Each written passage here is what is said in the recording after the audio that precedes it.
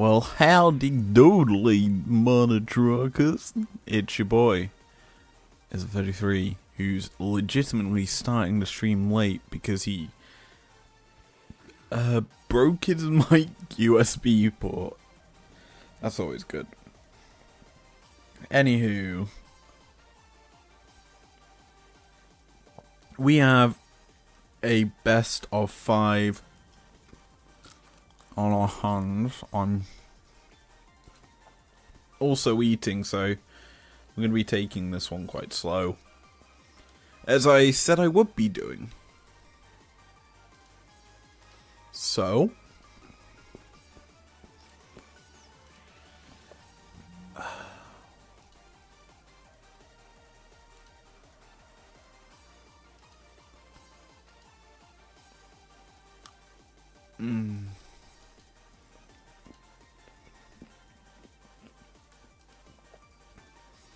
kind of trying to just ingest my food right now, which is a little bit weird, you know, but hey.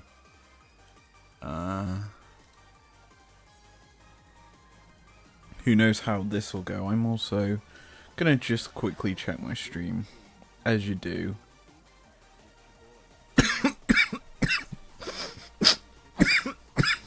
Excuse me. Should really not be coughing. Anyway, let me go to my channel, see live content. Who knows how this will go? I'm also gonna that works. Check my stream. There we go. As you do.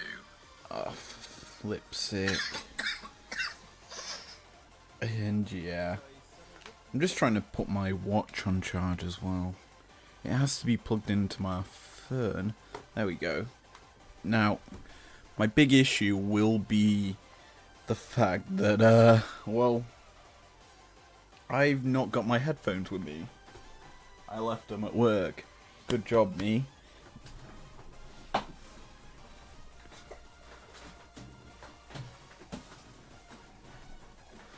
And my PC is in blaring noise mode, so I'm actually going to stick these on and hope for the best.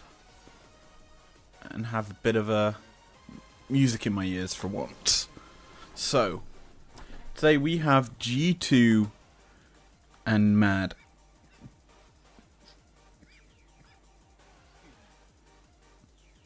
Kind of the unexpected matchup. Like, no one expected these two teams. So,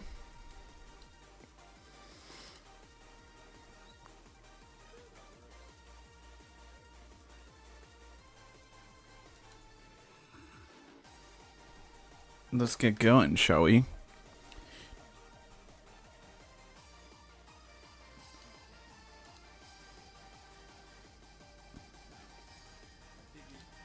I just realised where that noise was coming from. I just realised I have my own stream on again.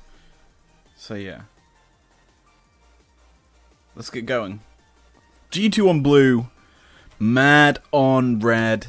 We'll take this draft as it comes. I'm really looking forward to this, as Renata, Kalista, will Draven be banned out here by Mad? Varus also a possibility for a ban. Azir banned by G2 is a surprising one. There goes Draven. Kind of standard ban against G2. Xayah is removed. That removes the priority on Ivan. Maokai banned, which leaves Varus and Senna up as the predominantly most powerful ADCs. I expect first pick on one of them. G2 opting for the Senna, going for the more scaling route. It makes sense with the fact that Azir is banned out, and the priority on ADCs, the hyperscale, goes up.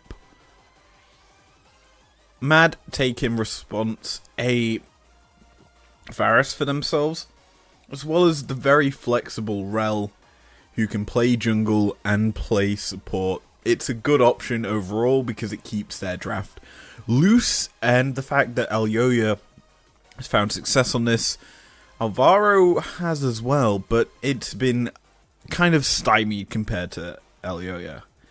G2's response is to match uniqueness in draft.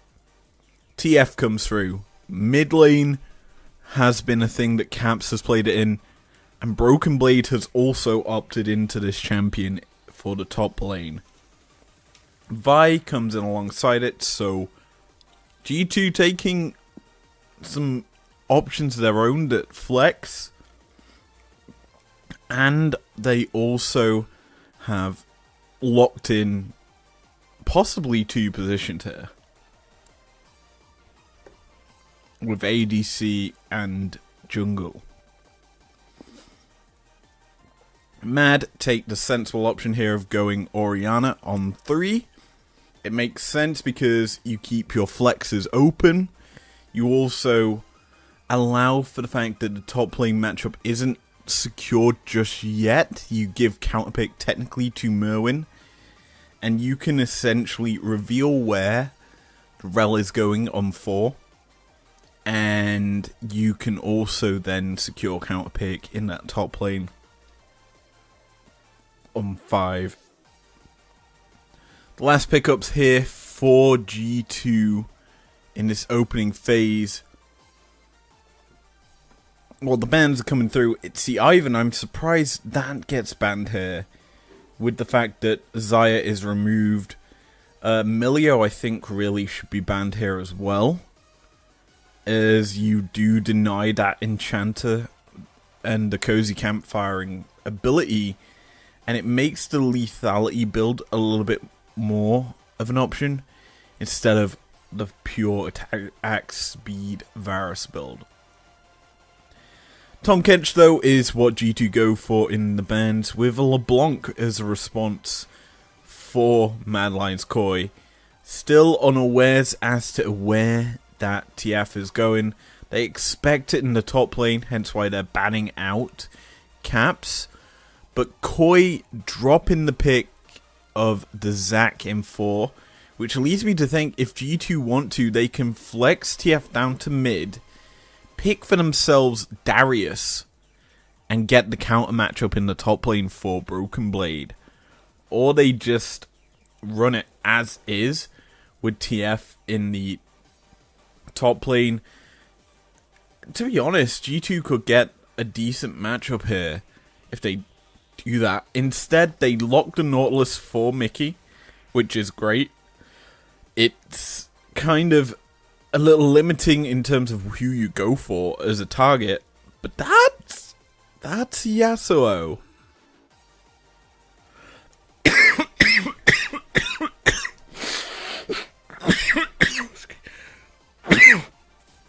Rel's support. This draft for Mad is quite spicy in game 1, as you've got Zac in the jungle back to his old habitat. He used to be a jungler, moved to the top lane, and now he's back in the jungle for Elyoya. I like the flexibility of the draft, and it's kind of baited G2 in a way, because they would have assumed Zac was going into the top lane. Even if it doesn't really suit Merwin's pool, the assumption would obviously still be Zac top, and then Rel jungle, and then the support counter pick coming to for Mad.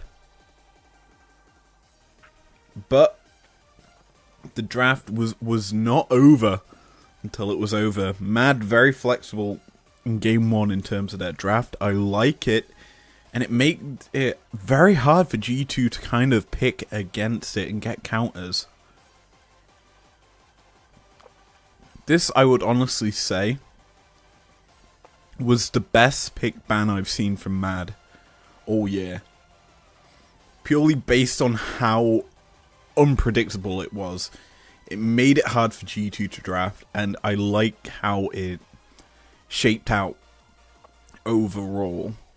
Now, as we get onto the riff for game number 1, how will the game go? It's probably the better question. So G2 are on blue, and we're seeing the fan of 5 across the board for both teams. Nothing in particular that is surprising, I'm trying to say. Taking a look at the runes. Glacial Augment for Cap. Or is that Spellbook?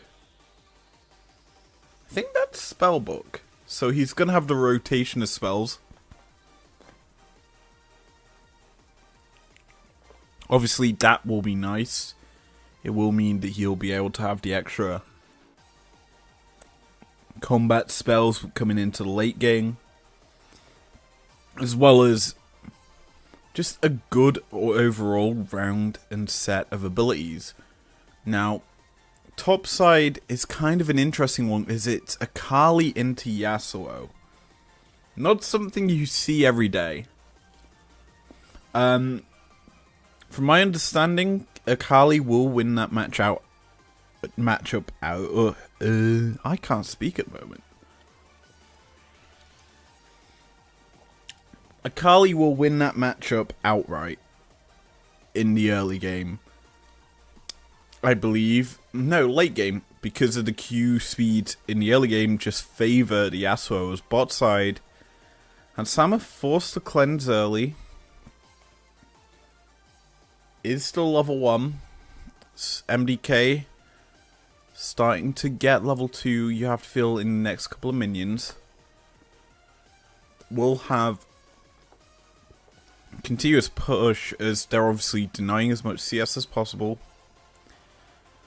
Almost a full wave as Merwin gonna drop the casual ward, gonna spot the fact that G2's started topside in terms of the jungle clear, and it's actually a matching jungle clear from Elyoya. They're matching each other on the bottom side of the map. I'm watching Elyoya's pathing here. This is kind of his typical thing. He clears his one quadrant and then goes for the early invade. As you can see here, he's doing it perfectly to Yike. The Aftershock will help as that's going to be flash forward. Elyoya burns his summoner for essentially just some chip damage down onto Yike, who, let's be honest, isn't going to be too worried about it, will heal up. However, that play does come with a bit of a tax, as Raptors get stolen away. Elyoya, though, he's got a full set of camps to clear on this bottom side, and will obviously clear them out. And he'll get back in terms of the lead. In terms of, it's clear in a few, well, maybe 20-30 seconds. Obviously, there's nothing really on the map for Yike to do other than take scuttles. Maybe look to steal Raptors, which has been pinged by Mad, so they're well aware this could be a play as bot side.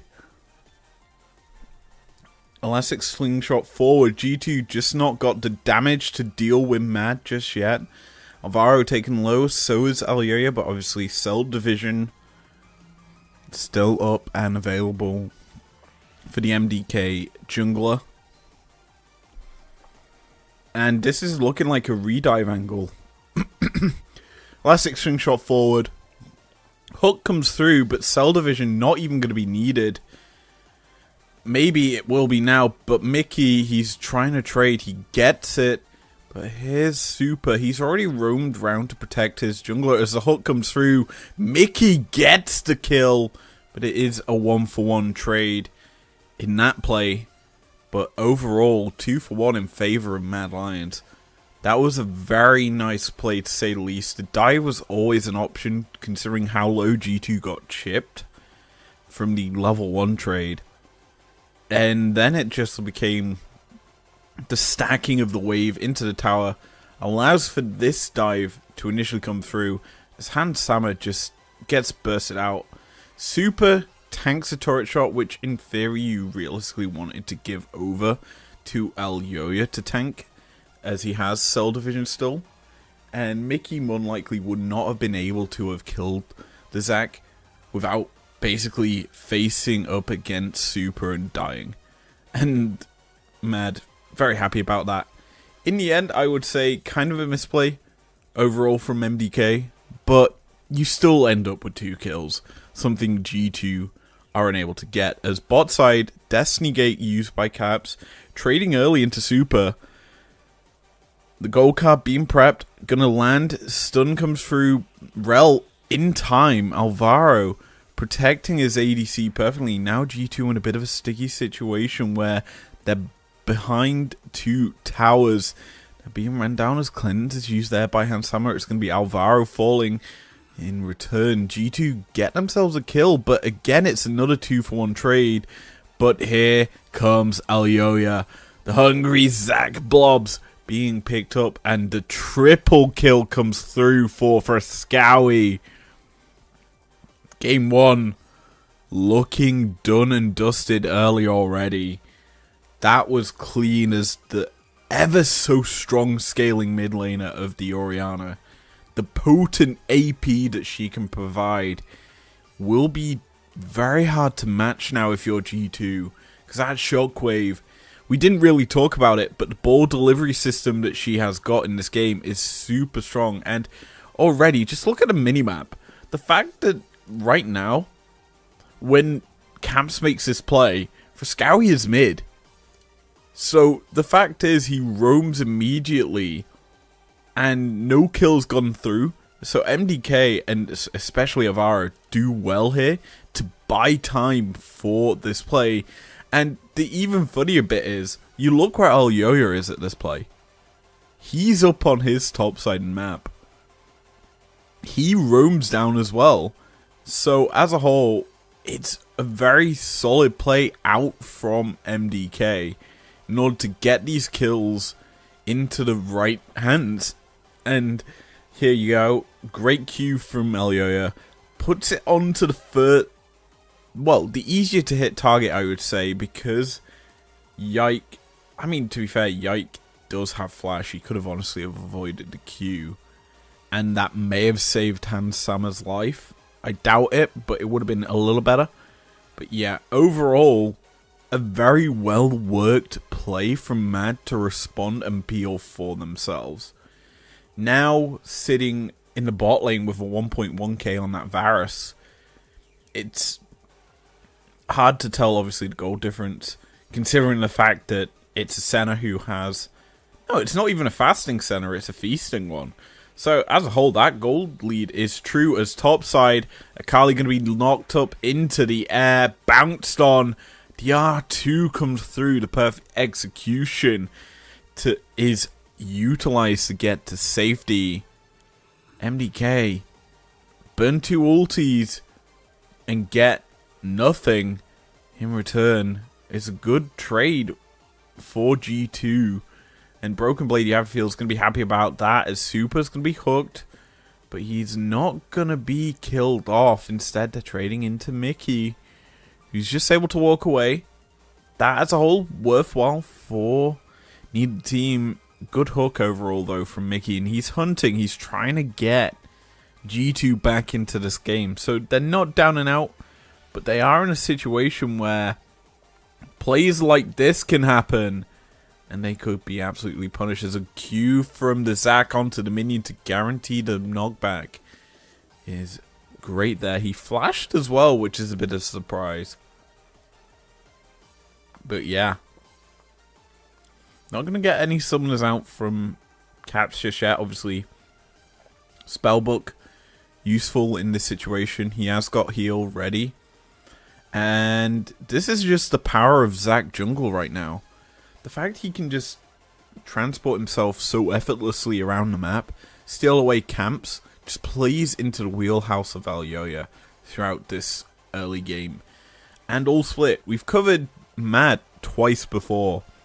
And in both series/games, Alyoya's gone invading early, stealing away camps, and just being an absolute menace on the map in getting leads for himself. This time, he's being able to steal away camps as well as provide impact onto his lanes. the fact Zach's elastic slingshot can be used from such a long distance away, he can hide in the fog of war and just jump anywhere he needs to and provide a threat. And G2 kind of have to play wary. This is where Caps kind of has to come into play with that Destiny Gate to see where Elyoya is on the map and if a play is realistically appropriate. Now, topside, haven't really talked about it as Broken Blade looking for the 1v1 play into Merwin. We haven't really looked at top, and this is an issue as Mickey going to be caught out elastic slingshot over the wall by Elyoya. That's a dead Nautilus, and I think Frascowi's getting on a rampage.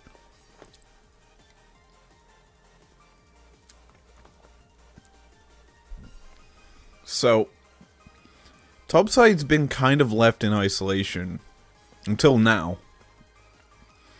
Yike and Broken Blade teaming up together to get the big execution onto Merwin.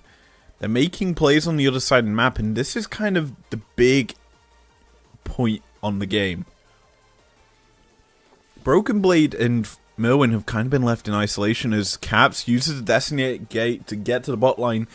Depth Charge also used, and the Dawning Shadow on top of it as the Wildcards is going to pick up the shutdown on Super.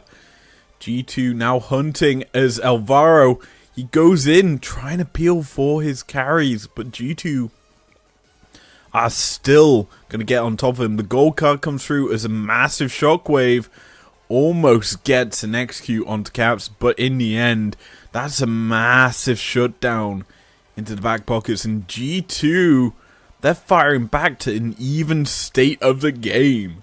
So we take a look at this play, it's just gold card. A good Destiny Gate gets G2 in here for this play as the wildcard's thrown out, shut down. Super unable to see them through basically all the bodies. Alvaro now goes in and Elyoya kind of stutter steps. I get why Alvaro goes in here. He's trying to peel for his jungle and mid. But it's like, G2 have 3 members here. Chances are the 4th's going to come through with Yike not appearing on the map. And I'm kind of watching Merwin right now just to see what he's doing. Because he can't join, neither can Broken Blade. But Yike was last seen on top side getting the kill. So either A, he's reset, or B, he's pathing down behind them.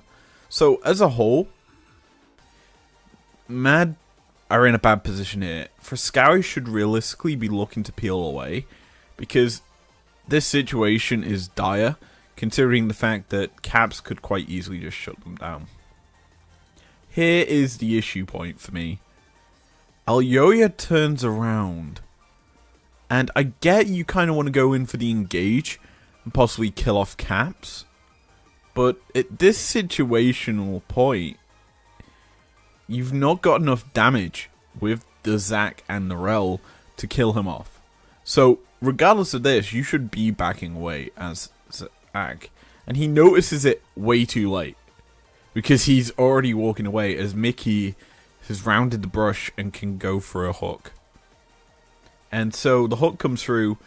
He wasn't looking for the Ori. Ori is too close to that wall. He was always looking for the Zac. And he lands the hook perfectly.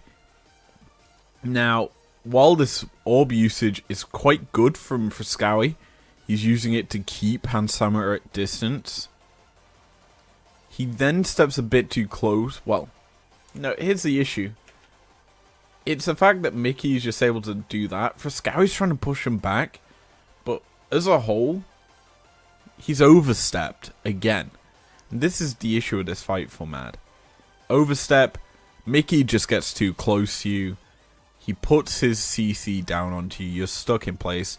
There comes the W from Senna and Frascowi. He flashes kind of a bit too late. He does trade the summoner with Caps, but yeah. As a whole, a realistically bad play from Mad. puts the game to an even-ish state, even though now they've gotten a few turret plates for themselves to even out that gold. Or continue to build up that lead. Now,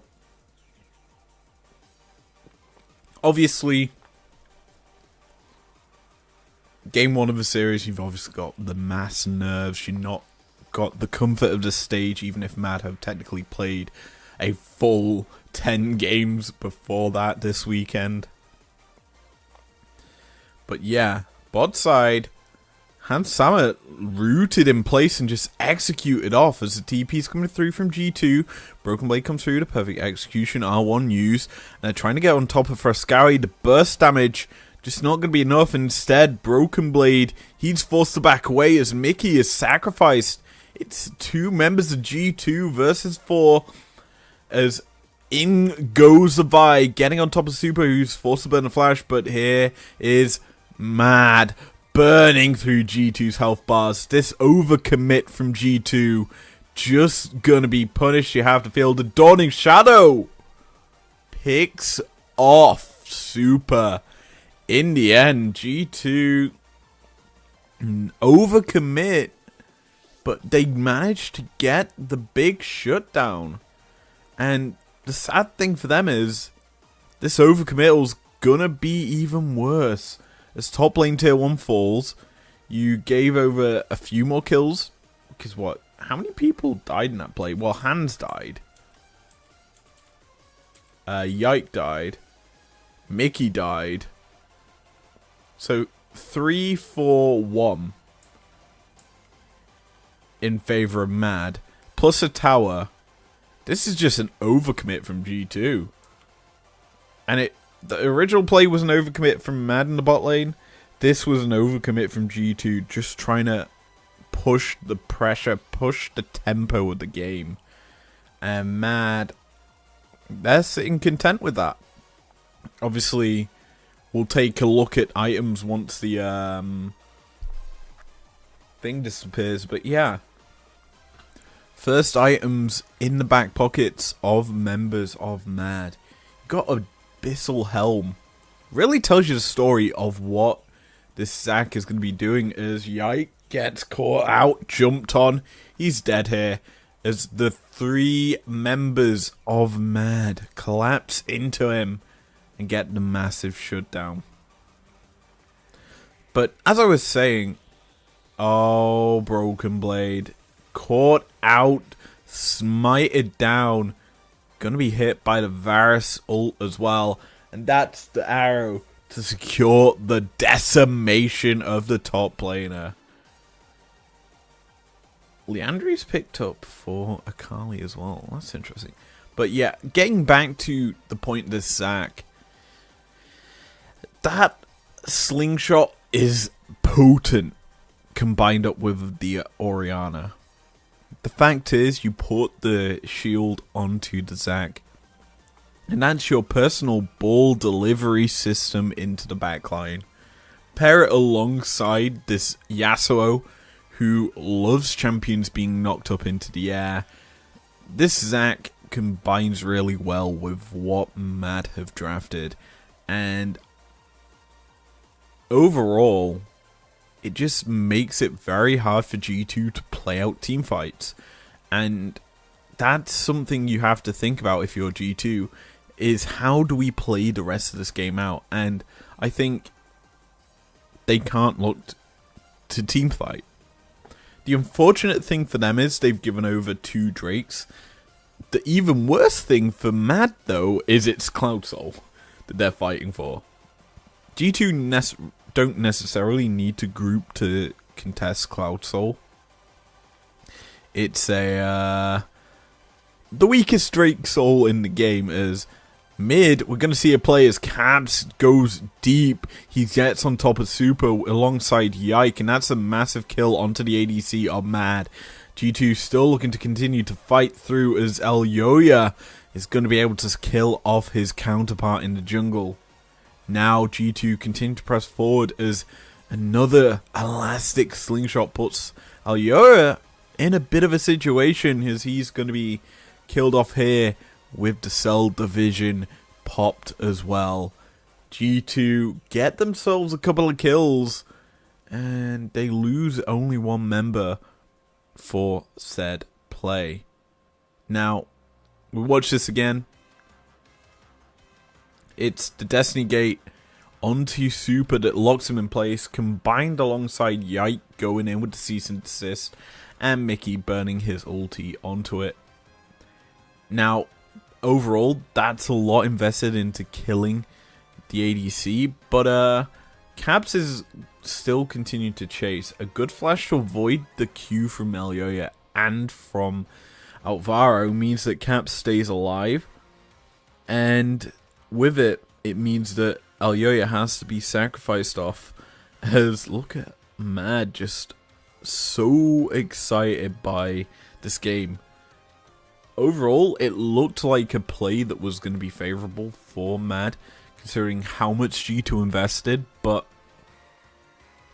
in the end, G2 get themselves a couple of kills, and we get back to talking about how do G2 play this game. Well, realistically speaking, they need to A, set up early and burst through objectives, which kind of hard with their comp overall, as they're very low damage in terms of objective taking.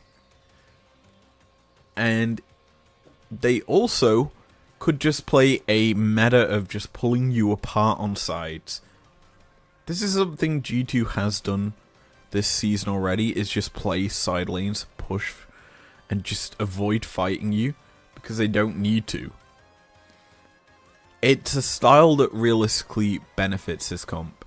The fact TF can just sit on sides and split push freely, with a TP and Destiny Gate as well, just to reposition. It's a very potent combination, and one of which I think G2 should realistically be utilizing in order to get pressure onto the map, and just make it hard for Mad to play this game, because they'll be constantly pressured on sides. Now, as you can see right now, Caps has kind of rejoined up with his team, ready and prepping for this Baron that's spawning in 20 seconds. G2 obviously can't go for that on spawn, but they can go for this tier 2 in the top lane. They have Herald and Mad. Very slow to respond to this.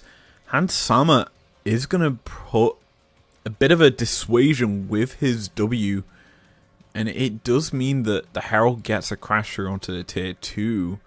I'm looking at the other side map. Caps is already starting to push out the bot lane, and while it will be responded to by Merwin, who has got his own TP, G2 right now are dictating the tempo on the map as they realistically should be. Now, while I would say this is beneficial to them, it is a slow tempo, which benefits Mad, because Mad just have the stronger scaling in terms of full team scale. G2 have infinite scaling with the Senna. But as a whole, the Senna is kind of very vulnerable in this draft, because you've got a Rel who can crash down on top of her, a Zac looking for the backside, a Yasuo looking to get on the backside. Mad's teamfight is just looking and thriving if they get onto any of G2's big carries, and I think that G2 playing very respectful of this, sitting on sides, just leaving their leaving it in a 1-3-1, and realistically not looking to fight for these objectives. The issue for them, though, is this is sole point for Mad, which gets them a lot of gold, as well as the fact a lot more power with the third Drake. And we already look at how things are going, as Merwin TP'd in to be with the rest of his team, Broken Blade joining up as well, Drake dropping below 5k, and now G2 look to engage the TP into the backside. Super stunned in place, burning down to the Ignite, and G2, they found themselves the ADC. It will be a 1-for-1 trade though, as Mickey's going to fall, but in the mid lane, Hans Sama isolated and burnt through.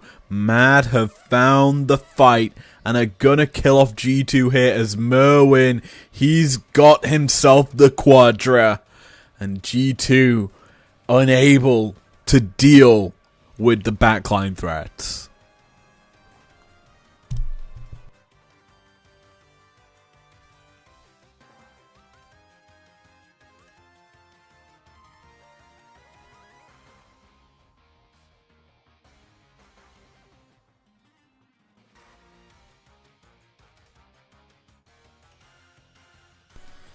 So we take a look at this play again. We're keeping our eyes on Merwin. He gets his Bork procced early. Q's using the Baron of the Drake, sorry, and then he's immediately on top of Hans with his Q3. Another Q3 executes off the center, and then he's just running down the carries. He gets on top of Broken Blade, executes him off. Another Q3, and it's just stacking the Qs really that just allows for this Yasuo to pop off. I'm interested to see what items as Mickey isolated off here by Mad. They're going to get themselves another kill, and it's just attack speed really on this Yasuo. Not really got too much Omnivamp just yet, so he is quite squishy. Can be bursted out if G2 get on top of him, but the interesting thing to note is G2 have been heavily focusing Super and not this Yasuo, as a lovely Chain of Corruptions is going to land on top of Caps and secures the kill as Elyoya trading flashes with G2 members. Mad continuing to push though. This is an interesting state of the game overall. Baron was secured by the Mad Lions on the back of that play, as well as the second. Well, the issue is they didn't get themselves a soul point. G2 stole that one away. But as I was saying, Mad are content. They've got themselves Baron. They can control objective pits regardless of what G2 do. And we're already starting to see the issue with G2's draft is they can burst out Super, great. But the rest of the Mad Lions squad are the big threats. And they can't deal. Once they go in on top of Super, they use too much to kill him. And Mad just bursts through them.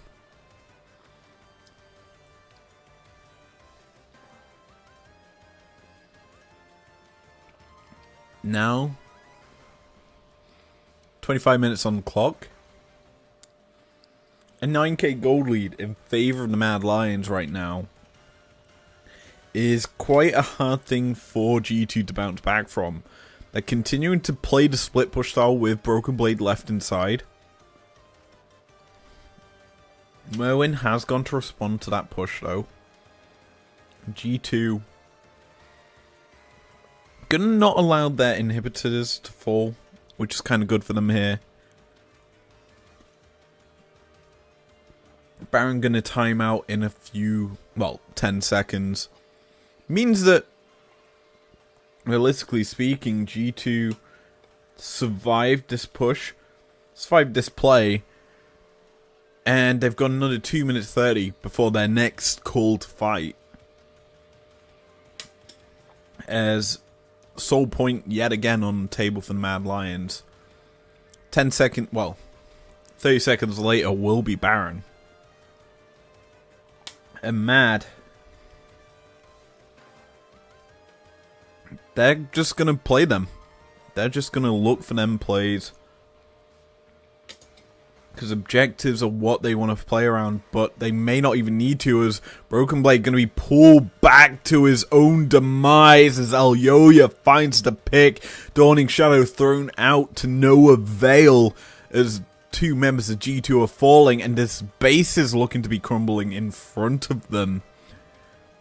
Mad Lions gonna crack open the Nexus towers, and here comes the play as already Caps jumped on Alvaro hunting, and now Merwin is thriving. He gets on top of Caps, but realizes he may have gone a bit too far.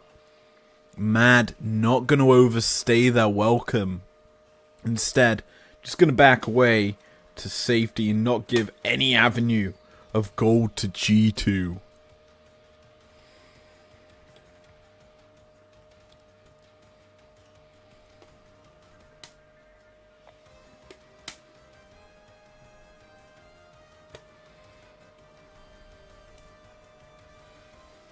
I'm actually intrigued. Rapid fire cannon second on Senna. Anyway. The Q lands from Zach, pulling Broken Blade. That classes as a knock-up. It means that Yasuo gets on top of him. Then Varus knows exactly where the Akali is. It's a pretty good combo overall from Mad, and they're looking for it again. This time Broken Blade not going to be hit by it. And Mad just crack open the inhibitor because Caps, still sitting on sides, going to try and get this objective bounty for himself. But Mad immediately turning towards this Baron Drake pit that's spawning in 3 seconds. G2 look to be giving this one up. They are going to get themselves a tier 2 on the top side. Capso being hunted by Alvaro. Not going to fall prey to it. Instead, I think it's Hansama falling play who's forced to flash early, but the Q lands, the damage lands, and Super shuts down Hansama. A massive pick. A blunder, some may say, from the G2 bot laner. Caught out in the mid lane. And now, G2 forced to make their final stand as they've already burnt through the health part of Frescowi. But it's 2 kills over the Madlions as the killing spree comes through for Super and Elyoya back to full health. Just looking to tank up this tower and kill off the last members of G2. A double kill over to the Zac, and game 1 goes to the Mad Lions.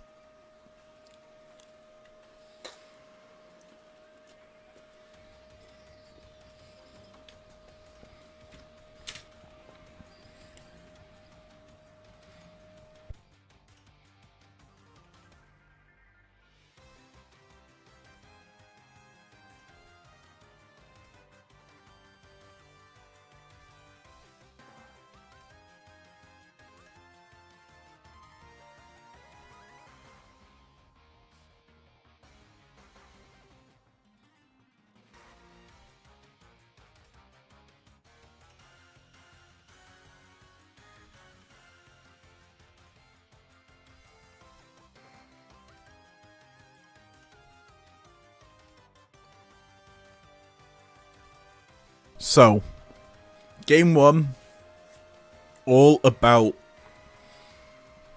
the wombo combo, team fight, and objective control by Mad.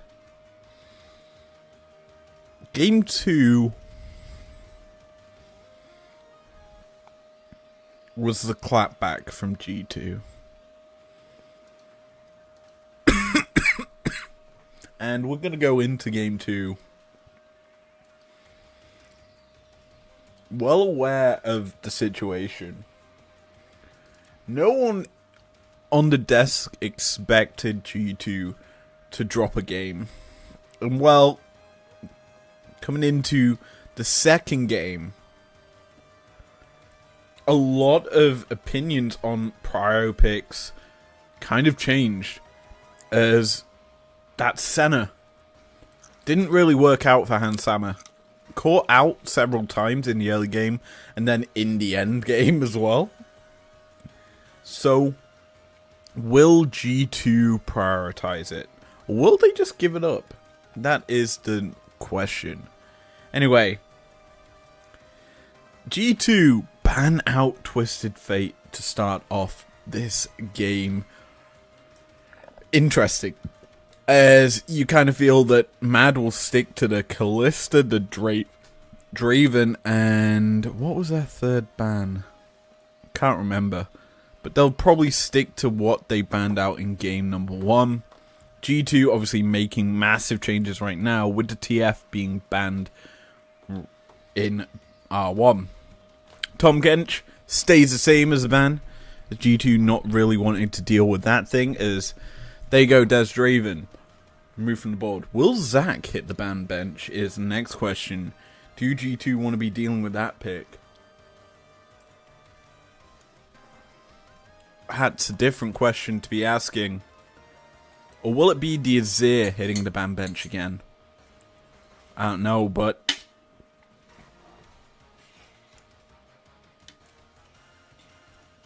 it's not. It's going to be the Rel.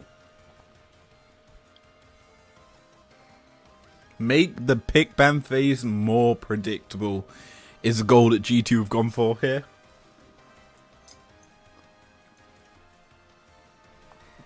Flexes kinda suck, bro. So, remove the flex. That's what G2 have done. And the Vi removed this time by Mad. Clearly, they realize G2 are looking to burst out super. So, they remove the pick that locks him in place. I like it overall, and G2... what is the prio here? Do they go ADC in R1? No, they do not. They go for the Maokai. That AoE control going to be very powerful, and it does mean that G2 are kind of looking to control objectives. That thing that Mad did so well in game 1. Now, how will Mad respond in the pick phase? They go for themselves a Senna. A nice overall pick for themselves. Even though it didn't work out for Hans Sammer in game 1, that growing scaling is a very nice thing to see. Now, do they go here for their mid laner? Azir is open.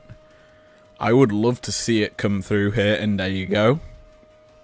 Frescowy going to be piloting the Azir. Not something we necessarily see him on, as he's kind of gone to defaulting to a Karma. But he does have the ability to play this pick with a lot of success for himself. So how do G2 respond? What is the good option here? Well, clearly ADC and mid. Varus comes through, no surprises there. Alongside LeBlanc. Now, this is G2. Flexing is their style. It could honestly go up to Broken Blade, but I expect that in Caps' hands. And the ban phase now going to get targeted towards the jungle. Viego removed off the board by the Madlions. G2 probably will remove Ivan again. Didn't like dealing with that. No one likes dealing with an Ivan, so remove it. What else is there? There's Brand technically up on the board. Alyoya has favoured that, even though it would be double AP, mid and jungle. Kind of would like to see that removed from the field of play. But we haven't talked about it yet. The Nautilus picked up by Madlions Koi. While not really seen anymore as the flex between jungle and support, it is mainly seen in the support role. You've got a very aggressive, I would say, bot lane for Mad with the Nautilus in it. But Mad removed the Lilia away from Yike. Known for that pick. Gonna have it removed from him. And the Viego, Lilia, Ivan, and Brand. Plus Ral. Just take it away.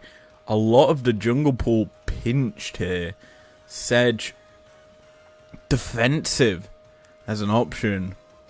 But it will be the Zac coming through yet again for the Madlions Koi. This pick was flexed in game 1 to the jungle. Could it be flexed again, this time to the top lane for Merwin? Only time will tell, as G2 forced to reveal their hand here. Support coming through, Renata picked up. Now, will G2 flex that Maokai into top lane? Or will it be jungle? Cassante comes through here. They just play it safe. Don't go for the big counter pick. And there you go. Elyoya has Zac in the jungle yet again. This time, Mad don't have the same wombo combo as they did in game 1. This time, it's more so a YOLO, we can try and burst them out and hope for the best. Or essentially just go for the big kill, sweep on to the Varus and just beat G2 that way. Now, this game, Hans Sama has a little bit more protection. It isn't just a straight hooking champion pet alongside him. It's a champ that can revive. Renata, very strong in controlling areas. Paired alongside the Maokai. I'm getting flashbacks to MSI or Worlds. I forget when it was, but it was G2 running Renata Maokai. And I think it needs to be prefaced here. These two just control so much territory. It becomes nigh on impossible for Mad to get close to objectives. And that is a massive thing to consider because of how effective it can be in controlling areas. And we'll have to see how this game goes on as to who sets up first around objectives. Now, game 1, it was just standard fan of 5. Game 2 looking the exact same thing. Both teams just fanning out across the board, controlling the entrances to their own jungle, and then the mid laners just kissing in the mid lane. But yeah, as we get into game 2, let's take a look at the runes. What do you know? Nothing out the ordinary. I guess Electrocute for Caps is a bit more surprising. Looking to be less of the AD build, more so maybe the AP burst damage mage, and that would probably spell full tank Maokai. Kind of an interesting thing to be seeing. Unless Caps does go full AD, it would be kind of unadvised or ill-advised considering how bulky the front line for Madlions can be. But yeah. The other interesting thing to note is Caps is starting E. A bit of a awkward sort of laning tool for him. You realistically want to start with your W, the distort, to get the mass AoE damage down onto the minions. And you can burst through the wave quicker. But Order Q, that's the other one. But E's typically there for trading. And obviously, he did pick it up to try and catch Merwin out, force a summoner out. But yeah, early start for Caps, maybe a little bit more difficult at level 1. But he's going to survive it. He's hit level 2. And now he's going to just clear the wave standard. As bot side, good buffer of the hook there by Alvaro. Dealing with G2's early pressure. Varus and Renata, the double range into melee, very strong. And Mickey and Yike already setting up for the early invade. This is huge for G2. They're going to be aware that it's happening. And he's just going to shadow his bot lane. Realizing the possibilities of players mid lane, the Electrocute proc comes through for Scowy taking quite low. Forced to burn all his health pots, and that's going to spell doom, as he's going to be forced to take an early reset. Probably going to have to TP as well. Caps getting the early advantage in the mid lane. Very nice to see as bot side Alvara's hook goes wide. G2 just content with this early game. They're doing quite well, all things considered. Considering there's only really been 3 minutes and 2 minutes have technically been farming. But yeah. Right now, G2 doing well as Broken Blade misses a Q that would have got him his Q3 as Scowie yet again taken low. Cabs very aggressive, obviously still has his own TP. Not going to invest it. Instead, it's going to be the Maokai catching out the Azir. Shield going to be popped, but flashing over the wall goes the Maokai. Running, looking, the auto attacks come through from Caps to secure first blood. This is just excellent trading from the G2 mid laner to secure that kill. And once again, Maokai just being a menace. Trying to steal away so much CS from this Zac. This bot side, handshake going to go wide. Instead, it's going to be Mickey forced low. He's going to be using the bailout, but the auto attack comes through. Hans Sama gets the kill. Gives the assist over to Mickey. He stays alive a little bit longer. And that should allow Hans Sama to get the execute forward. And he flashes in to secure the kill. That's a double kill to the bot laner of G2. Also, while that was happening, Cab secured solo bolo. What? Huh. Hans taking an execute. Kind of interesting. Some may say a perfect execution. Obviously, it is a quicker reset. Instead of just staying there. Obviously, Zac was down towards that bot side. Did take a reset instead. Could have honestly spelt the demise of Hans. So he just played it smart. Executed. Quicker reset overall as Cabs forces Alvaro to hook back to safety. Hopefully we get a replay of what happened because it seemed pretty nuts. I don't think we do. So let's just force our own replay, I guess. Why not? Kind of important to see how that fight went.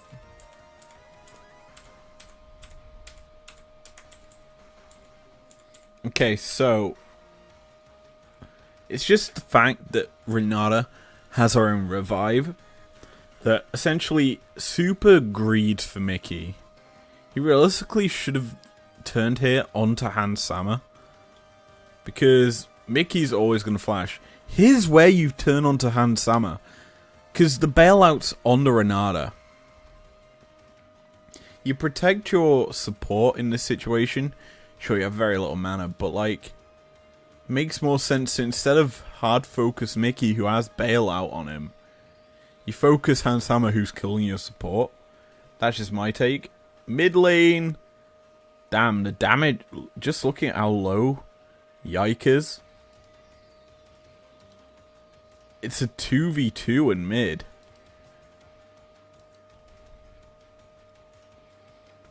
Wait, one of them's Merwin, who dies to tower. And Zac just walked away. Interesting. Anyway, bot side. Here's the smart thing. Varus has more damage early compared to Senna. It's just the fact you have the auto attacks, isn't it? Ghosting and then flashing into the Veil means that Super is kind of screwed because that Veil that protects you from range no longer protects you. So Hans just auto attacks him down, E through to execute. Clean as you like by G2. And now we speed back up to here. So, already we saw the power of G2's bot lane. The Renata Not even putting her W onto Hans Hammer for that play. Not even needed to. Anyway, mid, that's the electrocute procs coming through. Caps, gonna be glided on. That's the Emperor's Divide used as well, the clone. Not gonna deceive for Scowie. Instead, it's gonna be for Scowie deceived by Caps. The flash forward, but the Q from the Maokai not gonna land. The Bramble Smash almost securing a execute onto the mid laner yet again. But it will not happen. Instead, it's going to be bot side where we're seeing some action as Mickey jumped on already. The handshake through pulls Alvaro away from him. And that's going to mean G2's support gets away to safety without falling. Yike. Just going to stand and watch this Drake get taken by Elyoya. Can't really contest. Just gonna go back into his own jungle, take his own raptors, not give Elyoya any camp to steal away. And there you go. That's the play that G2 opt for here. It's top side. Clearly, Broken Blade must have taken an unfavorable trade. As Merwin is just killing this tower. Already taking away, what, 2 turret plates in total?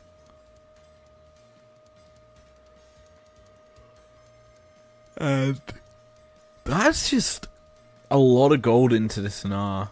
500 gold lead outright on its own with a kill. Obviously killed off the Maokai. And now Broken Blade hunting to get the shutdown for himself. So,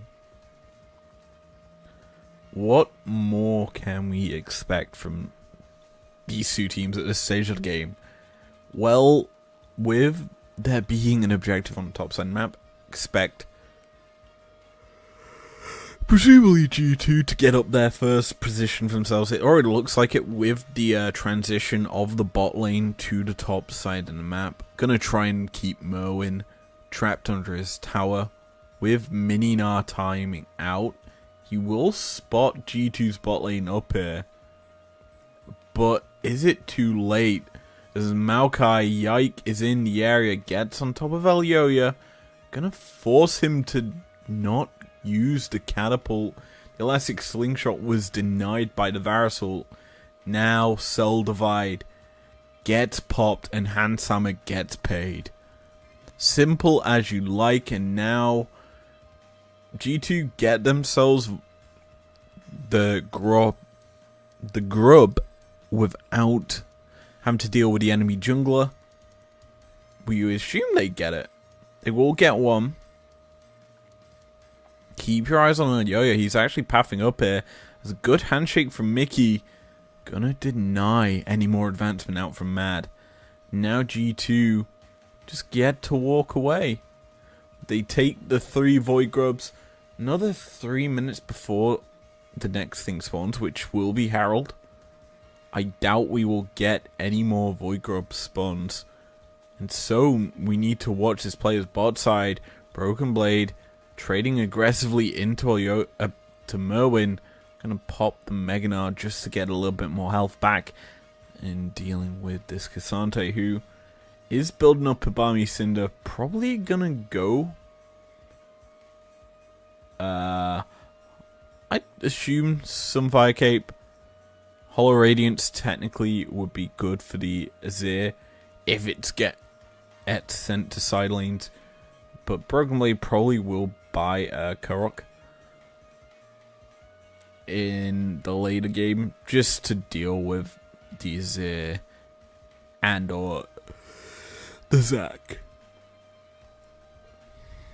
So, getting to that stage of the game. Game 1, there was a lot more action on the Rift. Whereas here in Game 2, kind of less impactful as Cabs just get some favorable trades into Frescowie every time they seem to fight against one another. Meanwhile, bot side Merwin going aggressive. Gonna pop the W out from the Cassante, which avoids that stun coming through. G2, though, gonna use this time, getting themselves pushing topside. The wave not gonna realistically do much damage to the tower. Instead, it's the bot side where the damage is being done to towers as Broken Blade. He's chasing down Merwin, forcing him under tower. He's just denying him an escape as he all out comes through. Dawning Shadow to protect this Gnar, but it's not enough. Merwin gets solo boloed. Broken Blade popping off as that all out is an absolute murder tool.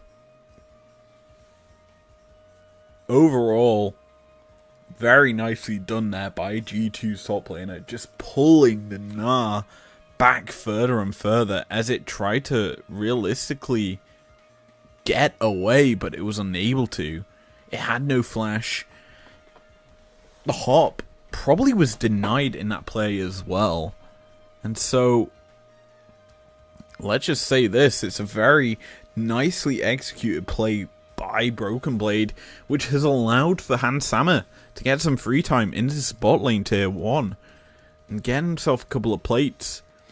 That 3-1-0 Varus, certainly a potent threat right now, also has a bit of a CS lead. How will Mad deal with Hans Sama is the question here for game number 2. Because game 1, G2 tried to deal with Super by just utilizing the TF and the Vi to lock him up instantaneously. This game, there's a similar sort of setup for Madlions with the Nautilus and the Zac. If they can get on top of them, you can certainly jump on them and pull them to their demise. You're going to have to rely heavily on the Azir and the Senna to do damage, but we've got a replay of Broken Blade's solo kill. It's just the fact that he uses that W perfectly to pull back the Gnar. Pretty sure the Gnar doesn't even get a chance to really E. Another W, Q stacking up, executes off the Gnar, and Merwin unable to escape his demise to Broken Blade.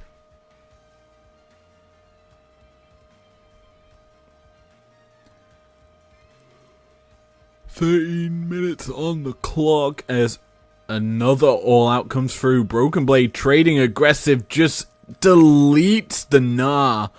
Unable to get into Mega, and now more turret plates fall into G2's back pocket as Alyoya seems to be caught, forced to let's mount, but the chains coming through from the LeBlanc, the clone chains on top of it, just do so much damage. Now Alyoya in a bit of an issue, and that's just the Renata using the Azir to kill off the Zac. The attack speed this Azir is building up, just utilized against it. Mickey X, take a bow, my son. A great play. Now, while that happened, top lane tier 1 fell, and G2 got for themselves some pressure on tier 2. I was about to say the tier 1 in the bot lane is going to fall in favor of Mad, but Super being ran down. Cap shows up, and so's Broken Blade. The electrocute proc just deletes the health bar of that Senna, and she is gonna be in such an awful situation now, as that overstay gonna cost Mad that tier 1 in the bot lane, as well as a kill into Cap's back pocket. Sitting 3-0-1, bought himself a Dark Seal, probably gonna turn that into a Medjai's. He may not even need to, as no one saw that, Caps. No one saw you failed to distort over that wall. But yeah, it's a very good position for G2. Already stacking up the damage and being a potent threat.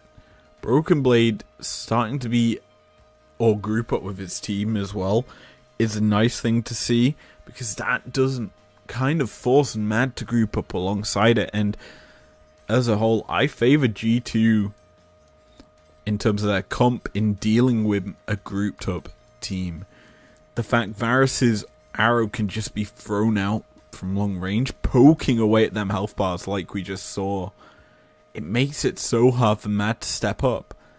And on top of that, you've then got to deal with the Nature's Grasp, as well as the hostile takeover, who just disengage stupidly well for G2.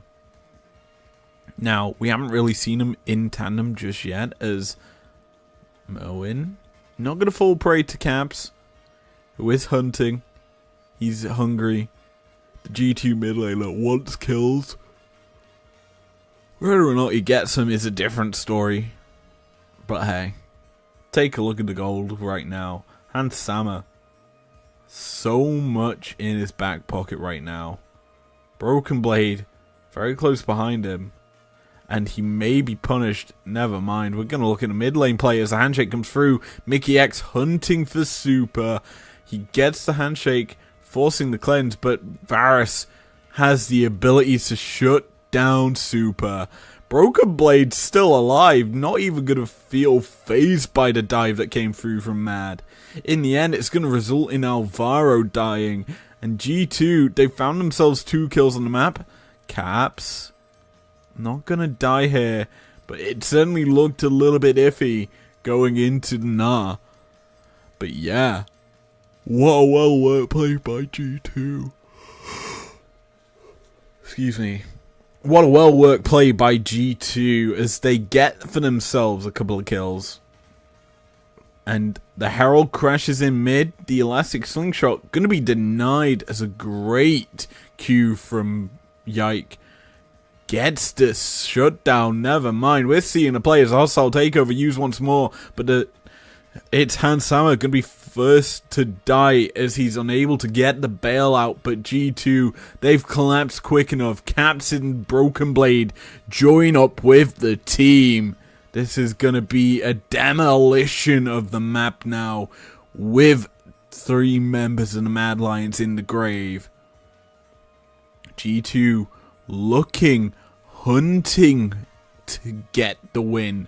They're bloodthirsty here in Game 2. Game 1 to them is just a fluke loss that Mad got lucky in. Here and now. Good steal there by Alvaro. Let's look at this again. Alyoya sees the play, but it's just a great cue from Yike to deny it.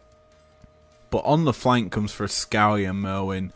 A good Emperor's Divide gets Hans Sama, but it's the fact that you can use the W from Renata, the bailout, to just keep the target alive a little longer, forcing the Seneral on top of it to get the kill. And that is what we like to call a worthwhile play if you're Hans Sama. Because right now, G2, 14 kills up to the 3 of the Mad Lions. And they're sitting at a 6k gold lead, which isn't going to shrink. G2 just know how to play the tempo. Drakes aren't really an issue. What I think will be the issue is the Baron buff spawning in literally 15 seconds. G2 probably can burst this out on spawn with the Varus. The only solace for Mad is they have the Scuttle Crab around this pit. It means G2 can't start it without being on vision. Now, what I like right now is Hans Sama's positioning, is that's going to be the Dev Charge thrown out, but Nature's Grasp thrown out alongside it. Alyoya goes a bit too deep, going to be forced to Cell Divide under the tower, but now G2 are hunting as Yike and Caps delete Super's health bar.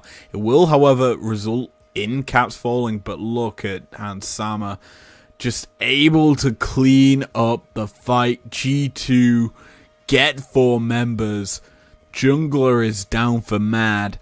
This has to be the Baron, because no way in hell do the Mad Lions contest this. No one has TP. No one has a way to get there. So Mad forced to give this one up. Let's watch this play again. Mad seem to think they've caught out Hansama, but a good movement from Hans gets him to safety as izlogic dies under the tower. Now it's just Caps diving headfirst onto Super. The electrocute proc takes him to pretty much dead. Yike gets on top of him. And now it's just K'Sante pushing them into the meat grinder that is Hansama. It's clean, it's effective, it's G2 dominant in Game 2. We realistically thought we'd get this G2 in Game 1. But it's taken them a little while to get to this stage where they are strong. They are very hard to deal with. And it seems futile for Mad to get the kills. Now, I for one think this game's going to be done in the next 5 minutes, as G2 forcing Mad to clump up its 4 members in this bot lane. G2 technically only have Hansama, now Mickey in this bot lane, but Alvaro, he gets Caps, a death charge used, Dawning Shadow on top of it. Handshake was obviously, not Handshake, Bailout was put on top of LeBlanc, but not going to result in much, as top in the mid lane, it's Broken Blade, caught out you have to feel, but he's gone all out, he's looking to kill off izlogic, he's still fighting, as Merwin goes out of Mega into Mini. He's in a bad situation because K'Sante does too much damage. G2's top laner is on a killing spree, and he's certainly finding the strength in Game 2 to bounce back as hostile takeover thrown out. The auto attack from Nautilus not going to land onto Super. That probably would have spelt the demise of the center. Never mind, Caps just diving forward, putting the damage down. Super are incredibly low, but instead it's going to be his support falling first. Then it's izlogic, then it's Senna, and now it's just the Azir gonna fall, as a good usage of the twisted advance there by Yike to avoid the tower shot. G2 look to be taking this game in 23 minutes. Merwin sees the low health bars, but he's taken low himself. And Sama has got a bailout put on top of him, and bailout is what he's going to do. He's going to bail from the base of Mad. G2 unable to finish the game just yet, but that was a massive teamfight win that cracked open the Nexus towers.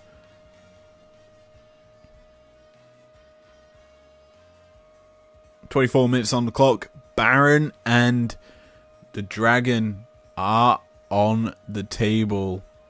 Well, just the Dragon right now. The Baron timer off by a couple of minutes. It didn't reset. But yeah, G2 gonna secure themselves soul point here. Hex Soul would be a great thing if we got there. But G2, look at how fast they've played this game. The tempo incredibly high. Just punishing Merwin, realistically, is the name of this game. And Mad unable to answer it. Unable to deny what G2 have done in this game. And it certainly feels very much out of the hands of the Madlions. It's like a GG go next situation. Anyway, back to the siege. G2 trying to get pressure into this tier 2, tier 3 topside, as Caps diving forward. Chains not gonna land. Super isolated. Caps hunting. Distorts back over the wall to the safety of his team, but Super being ran down by Broken Blade as izlogic dives into the back lane. It's going to be a full frontal fight, but that hostile takeover, massive from Mickey as it lands onto 3 members. On the bottom side of the fight, Merwin going to be traded into by Broken Blade, who goes all out as the cell divided. Zac gets executed off by Caps. G2 find 2 members and they're looking for more. The base is in tatters. 1 Nexus tower remains, and that's on its last legs. Super hunting for caps, unable to get the kill. Instead, G2 just sieging, looking, trying to win this game. Broken Blade takes a Hexgate out to safety, but in the end, Mad survive a little bit longer. Baron up in 50 seconds. That should be where we see the game decided. G2 get that, that's game over. Mad get it, we go a little bit longer. And that's all that Mad can really hope for, is the game going longer and longer. Trying to catch up in items is the name of this game, though, for them. As we watch this play, it's Super just isolated. Gets pulled, which forces Alvaro and Elyoya to go in. That then puts them in bad situations, and they get killed off. Like it or not. Then Merwin, isolated off on the side. He's forced to flash away. But G2, they just apply the pressure that they've gained from killing 2 members into opening up another lane of super minions in that top side. Now, G2 attack the only remaining out inner turret, the bot lane, and they're gonna get themselves supers in 3 waves, you have to feel, as G2 begin the final siege. That's Nature's Grass thrown out as Adon Shadow lands on top of, I believe that to be Hansama, but he's left to free fire, and then Elyoya just gets bursted out. On top half of the fight though, Merwin and Super are able to deal with caps, but it's a little bit too late as Broken Blade, he's got onto the backside and gets Yike a rampage. A lovely Q3 secures a double kill over, and G2 take game number 2 in a demolition and a massive statement. So, I'm gonna keep it brutally simple. G2 got mad after game number 1. And for the first time this year... Was this playing the entire time? Whoops. Anyway, for the first time this entire year, I'm going to be honest, we're doing a double GOL. Because game number 5, the issue was, watching it live, not impossible, because the stream went down. So I might just look at the Ike pentakill that was missed on broadcast. Actually, I think the replay caught it. But yeah, I want to look at game number 3 in GOL. Because GOL's my baby, innit, bruv? GOL does so much work for us. So, yeah, let's go. GOL MDK. Pick ban phase for game 3. Essentially, to summarize it, Mad got cocky and stole away the Bel'Veth. Senna, again, clearly the bait pick. And, yeah, that's the extent of that. Let's just take a look at stats. Soul for G2. This was a longer one. That, realistically, fairly even until 27 minutes, where G2 went on a rampage a bit more with Soul. Mad took Baron, but as the game got later and later, Hans got more and more kills, and Broken Blade became more and more of a potent threat with the AP build that Mad realistically couldn't deal with it. Sir, let's break down a pentakill, baby. I think that's what we're going to do now. Pentakill C. Side note, I really like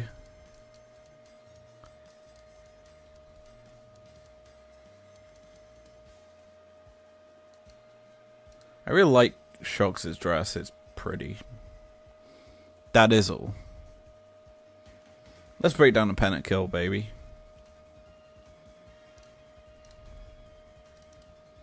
So, where are we in game?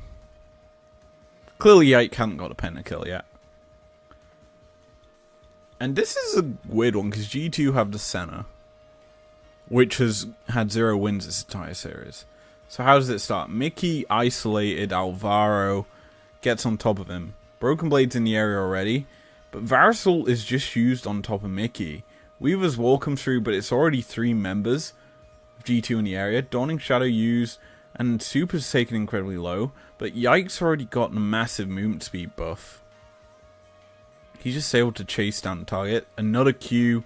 The Q's just the damage dealing ability. Another Q. Sleep comes through. Lulting Lullaby means no escape.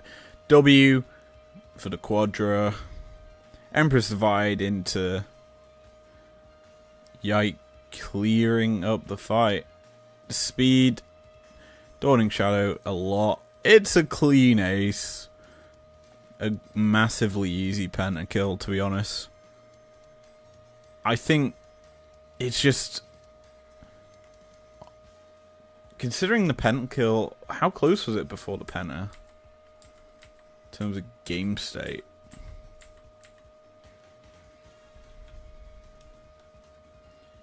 Even. The game state was even as this fight happened. But I'm going to break it down from the beginning of this fight, because this is kind of interesting. And I'm actually going to get in a position to break down where I'm analysing. So, Alvaro thinks he's caught Mickey, but you look at the map positioning for the teams. You got Caps split pushing in top. Whereas you've got Merwin bot side, who's the furthest away for Mad. The collapse looks favourable to Mad. However, Broken Blade's already pathed down. I'm just waiting to see Yike if he's got any movement speed buffs. Yeah, he's got movement speed buffs already from killing the wolves. The issue I see right now is Super invested ult early onto Mickey. Just Mickey, not good, because Mickey's just popped his aftershock, so he's a little bit extra bulk. So this is realistically a bad play, a bad opportunity for Mad, and I think you have to give credit here to Mickey, because he's kind of baiting it as well with the flash. Because, like, the fact is, here he flashes, and while he thinks he's avoiding the Varus still doing it, it does bait Mad into continuing the chase, because why would the Nautilus flash away if he wasn't running away scared? But G2's collapse is just quick. They know Camps is coming in the flank, because I'm pretty sure they know he's coming on the flank. I'm just watching minions. Yeah, he finishes killing the minions, but they're kind of expecting the flank coming out from Caps. Well, they'll know now because the ward is quite close to him. But yeah, so overall, a very smart play from G2 to bait Mickey. Yike gets in quite quick. Broken Blade's already here on top of Alvaro, and sure, Mickey's very low. The Weaver's Wall's a bit of a yikes maneuver. I'm also watching on the top side, Elioya. I think that's a bit of a misplay with the Blast Cone. I think he was trying to get over the wall and then go for a massive crash down with the Weaver's Wall. Instead, he's isolated against Hansama, who roots him. That's an interesting thing as well with the Dawning Shadow that I'm watching. The fact is, watch Elioya's Q timing. sugar. He Qs as the Dawning Shadow is launched. So, either that's buffered or hands ults. Which is weird to see, to be honest. Because that realistically shouldn't have gone through. Or is Dawning Shadow ult cast uncancelable? Uncancel. You're unable to cancel it. Anyway, go back a few steps. I'm just watching Yike. Comes through. He swirl seeds because he's looking for the carries. He flashes then immediately over the wall. And he's hunting Super. He gets Super's flash. And that forces him into Broken Blade, who belly slams him. Dawning Shadow over the top does a lot of work in terms of damaging. And Super's just bounced out the fight. He's unable to continue to throw down autos. And the big interesting thing about that is he has no ultimate, so he can't really burst anyone. So as a whole, right now, you look at the positioning, this is how insane this fight is. Right now, it's a 2v2 up here. Mickey and Hans versus Alyoya and Merwin. So basically support versus support, top versus ADC. And then down here, it's a 3v1 because Super's out of it. Frescowie is kind of in range, so that's a 3v2. But he's already turning towards G2's group of members here. So that is just a 2v2 in isolation. That's turning into a 3v3, even though it's technically a 3v1 right now. G2 just peel away from Frescowie. So he is just like, oh, screw it, I can't continue to chase them. He just then turns on to Mickey and securing the kill there. Now it's just supports on either side down. So the engage options come into question for either team. Mad have the Rel and the... Yeah, Mad just have the Rel. For realistically hard engage. G2 have the Gragas and still technically the Azir for hard engage. So just watch how they play this. Hans is isolated here because he was in the 2v2 with Mickey and he's just still up here.